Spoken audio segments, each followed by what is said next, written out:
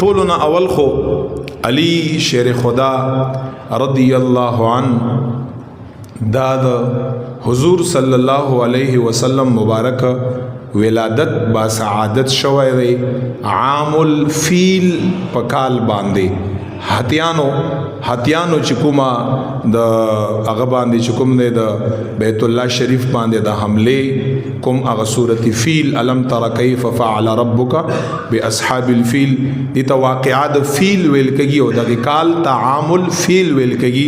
ابرہا پا قیادت کی چکوما حملہ شوی وا پا دی کال باندے رسول اللہ مبارک پیدا ہو عام الفیل او ٹھیک دیش کال پس دا عام الفیل نا حضور علیہ السلام دا ولادت با سعادت نا دیش کالا پس او اعلان نبوت نا لس کالا مخی نو دا دیشم کال دا عام الفیل دے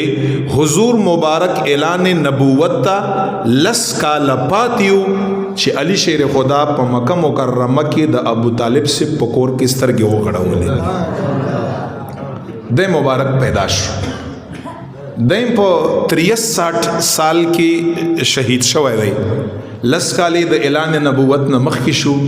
دیار لس کالی پا مکہ مکرمہ کی دا اعلان نبوت نبات شو او 40 ہجرے کی پست ہجرت نا وفات تے نو سلویخت آغا شو دیار لس دا مکی مکرمی شو لس کالا دا اعلان نبوت نمخ کی درش پیت کالا پا دا مبارک پا دنیا کی تیر کڑی دی او درش پیت کالا پا عمر کے دے مبارک پا شہادت باندی رسید لے دی لوی شخصیت بہترین شخصیت پا حدیثو کی ارتضا بیانوم خو تاسو جذبہ بندن لگا گورا سیوائی زکا دا موضوع دا حیدر کرار دا چما تا جواب نا پتہ لگی چی تاسو محبت زیاد تے دا خاموشی اور دو موضوع نا دا یاد لرے علی رضی اللہ عنہ دا والد سے بو ابو طالب دا حضور علیہ السلام تر دا حضور علیہ السلام مبارک محسن چې په د خپل اوګو باندې حضور علیہ السلام مبارک ګرځول لري د احسان د ابو طالب نه هیڅوک انکار نشي کړی د حضور علیہ السلام سره د مینې او د محبت نه هیڅوک انکار نشي کړی مخپز مکه باندې بدا سے محبت ډیرو کم خلق رسول الله سره کړی څومره محبت چې ابو طالب سے پیغمبر علیہ السلام سره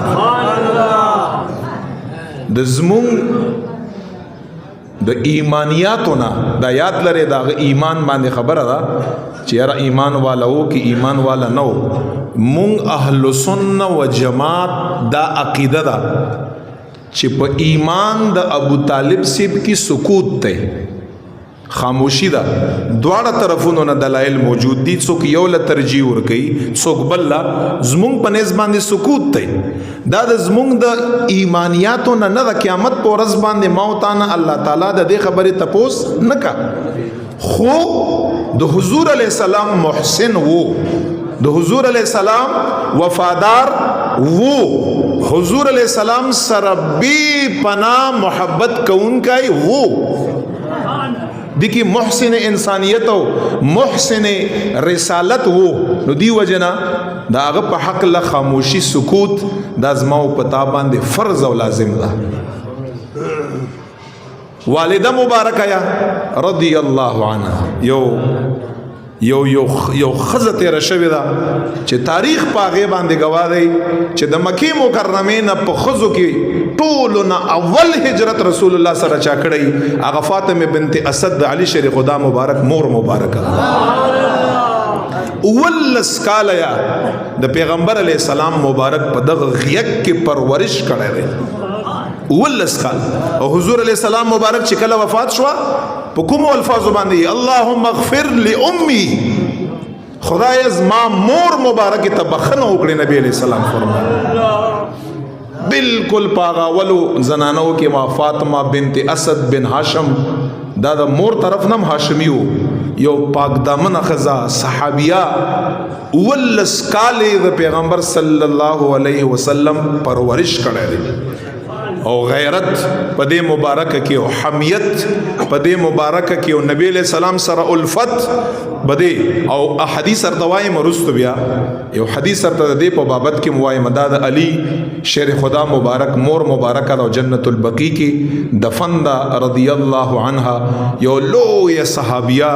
په مهاجرینو کې او په هغه زنانو کې چې چا په ابتداء د اسلام کې اول په زنانو کې چا ایمان راوړی یو پکې دا فاطمه بنت اسدم رضی الله تعالی عنها مبارک اوه